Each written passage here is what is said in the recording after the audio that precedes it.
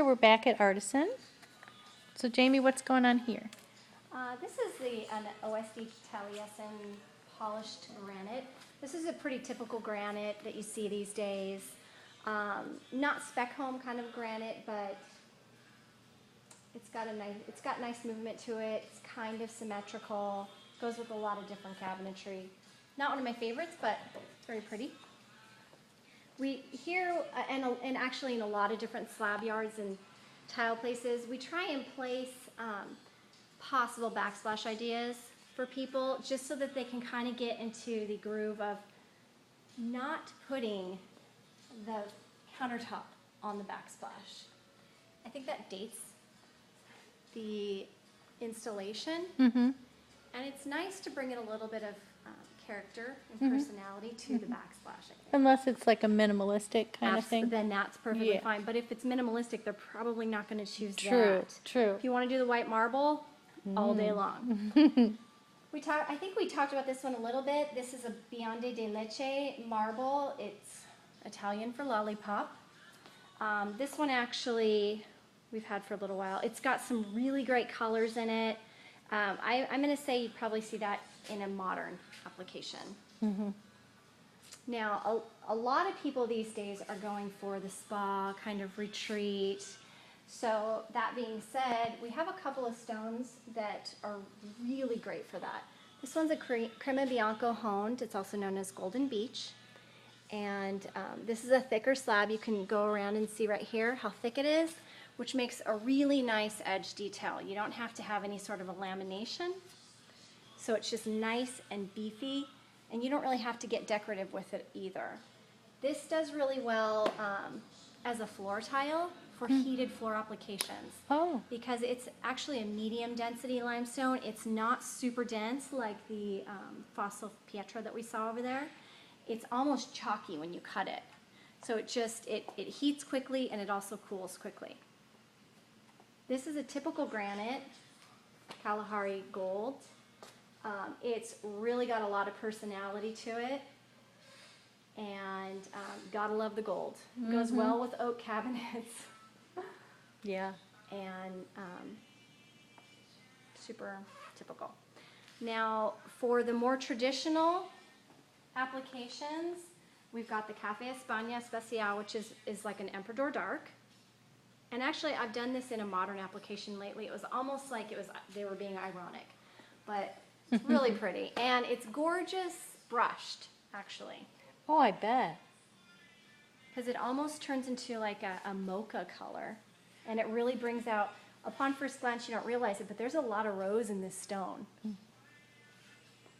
This is a Rojo Vena. And that goes really well with saltillo. Well, actually, we don't do saltillo pavers, but high-fired handmade terracotta. It goes really well in California style, Spanish colonial, that kind of thing. This is a vein cut stone, and it's a travertine. It's Mexican travertine, super dense, probably the densest you can find, the hardest travertine you can get. Now the vein cut is cut with the vein as opposed to the cross cut.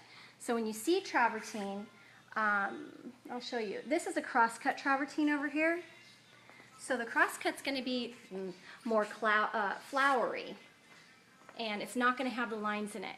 When stone is cut on the vein, the crystals will make it more fragile. So when you have a tile that has the vein cut in it, the tile could break right along the vein. Now, when it's cross cut like this, you're cutting it against, so it's got more strength to it. Nice. Now, this is a kind of an atypical granite that we have here, the Morado Miel, and kind of looks black, but it's actually a blue and a gold. It's gorgeous. Got these really great quartzite clusters in it. And the rust that's coming, huh? The dips were good. The rust that's coming through is part of the stone. It's almost like a work of art.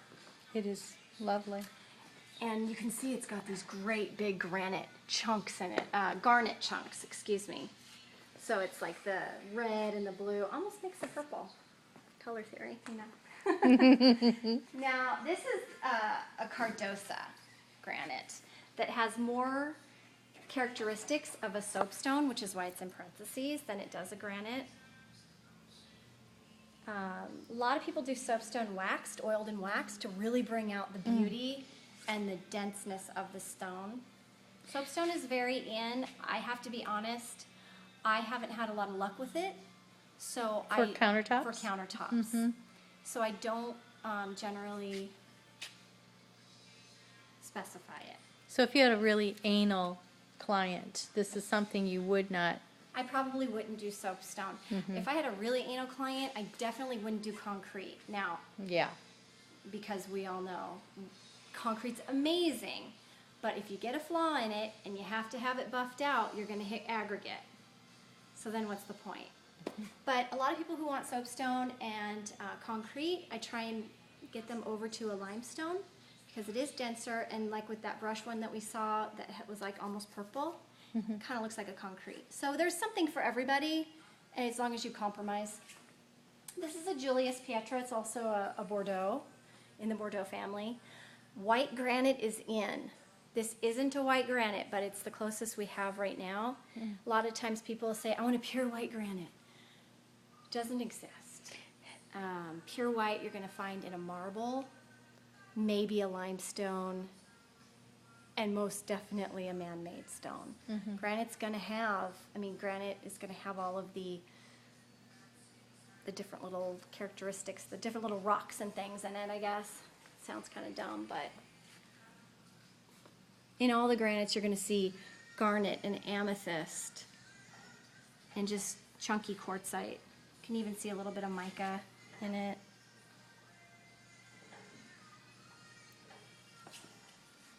This is the Medici Florentine.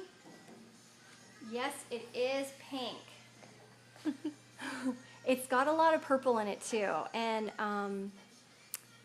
older people love this stone, and it's because when you get older, your eyesight changes, and the way that you view color changes.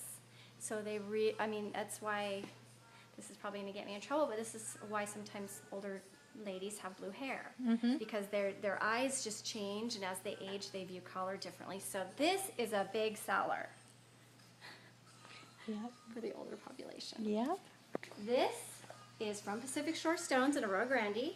It's Hawaiian gold, and it's got every color in the rainbow in it, which makes it really cool. It's got these great greens and blues and reds. It's amazing. I feel like I'm almost in Hawaii. And the pink. And the pink. My clients who bought this actually love to wear Hawaiian shirts, so it's a perfect stone for them. Now, really quick, just so you can see, the templating process when you want to have a countertop made, a template person or a cabinet maker is going to come out to your job site, and they're going to make a template. And it's going to look something like this. And then you place it, like if there's certain veining, you and I usually take my clients out. Oh, absolutely. And, if there's something that they want to see in the center of their island or next to their bathroom sink. That's how you plan it. Yeah, so that's how it's planned. It's, it's not just, oh, let's cut her up. Right. There's a true science to it. Exactly, and you have to do it strategically. Yeah. This is lovely. Thank you.